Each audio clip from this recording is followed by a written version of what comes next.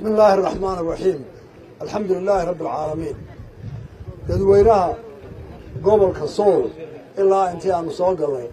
soo dhaweynta iyo kalgacalka iyo niyadda san ee aan ugu soo dhaweyseen sida ragga horeyna waa ka maadnaqay gamaanka aan guddoonsiiseen waa idinka maadnaqaynaa gamaanka waa la idinka filayay waa xaladii gamaanka waa nugaal waa tirkii daraawiishta Ismaaciil mara iyo xiin firinaya la fuuli jiray mar hadaa qaranka bulshada waa hadiyad qaran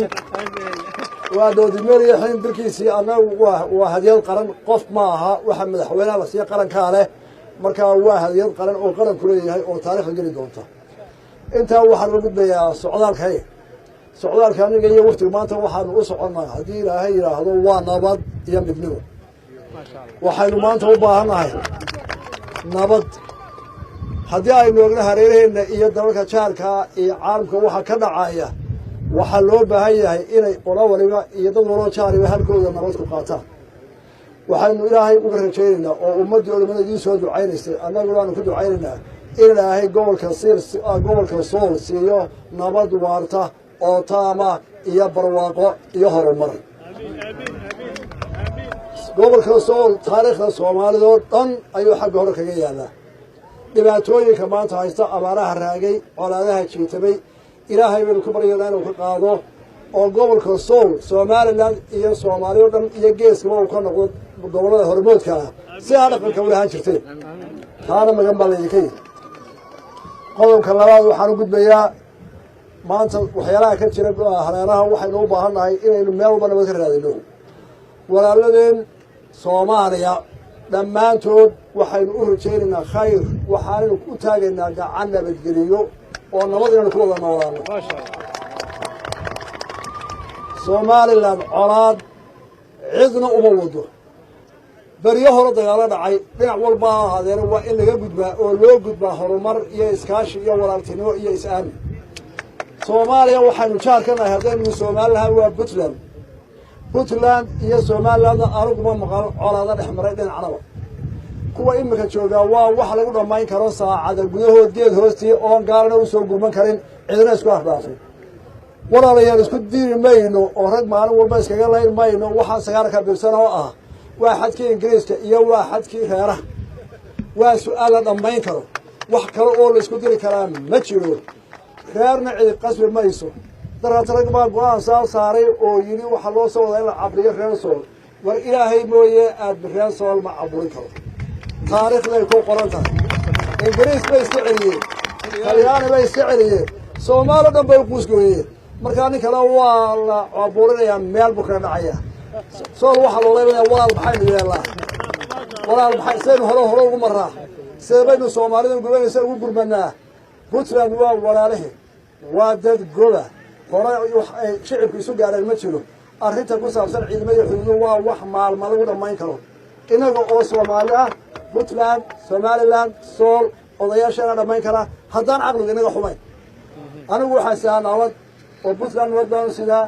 oo Soomaaliya nabad baan sidaa oo Sool nabad baan sidaa oo horumar baan u baahanahay waynu ka daalay colaado qabiil iyo colaado goboleed waynu ka daalay meel saa ku gaari mayno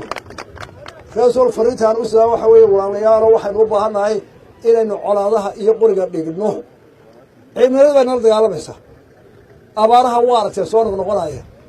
dhulkii la yaqaanay ee kuwanka farda ku noolaan jireen ee taariikhda buugta markaa akhridan nimcada ahaa maanta waa abaar gawaahira sanadkan Ilaahay mahadi roobku wuu inoo wanaagsanaa laakiin ka dambe wuxuu noqonaya garan maayo waxaynu u baahanahay caqli aynu isu geeyno is-aaminaad dalka oo dhana iyo inaynu horumar samayno oo duruufaha nagu weerarsan iska celino oo la dagaalano dhibaatada deegaanka lagu keenayo walaalayaal ku horumar mayno qori kala aargoorsi meel ku gaari mayno aargoorsi wiil baa ku dhinta wiil kuma dhasho dadka walaalaha ah ee dagaalada dhex socdaan iyagu may go'aansan dagaalamaan waa amar Ilaahay waa masiibo ku timi waa tiyo xarun kugu dhaco kale iyagana waa u ducaynaynaa dhalinyaradoodan waxaan leeyahay caqligu ha shaqeeyo oo walaalayaal nin dhintay soo nooleyn meena ka nool aan u talino waxa kale oo noo gacmaha u furay shalay halkan waxa joogay boqorkii Burhaan boqorka daaradooda waxaa ka soo horreeyey oo gacanta geliyey ina wiilwaal oo ka yimid jijiga qof kastoo islaama iyo nin kastoo soomaaliya oo nabad ka dhalinaya gacmahan loo qabanina waa taakulayna ma waxyaalaha qaarkood siyaasad iyo turtur ma galaan dad dhimanaya iyo markay naf tahay walaalayaal waxaynu ka hormarayaan nafta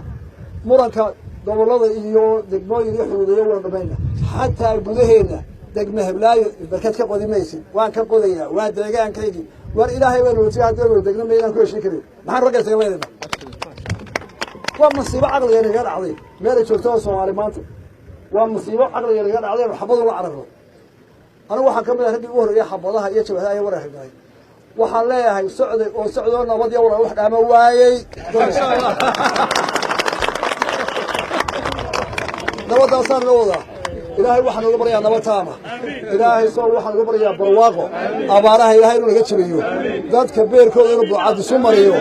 in khalkhalka iyo colaadaha iyo kala shakiga iyo magaalooyinka dhibaatada haysta in ilaahay ka saaro raggana waxaan leeyahay waar dumarkii carruurteena aan ka dirana ilaa iyagu dagaalka ma galaane carruurtana mustaqbalkooda rag wayanaan baabiinin raggeenna waa weyne dumarkii carruurtana naxdinta iyo goblanka iyo geerida ka dayno aanu hor socdo wasalaamu calaykum waraxmatullaahi wabarakaatu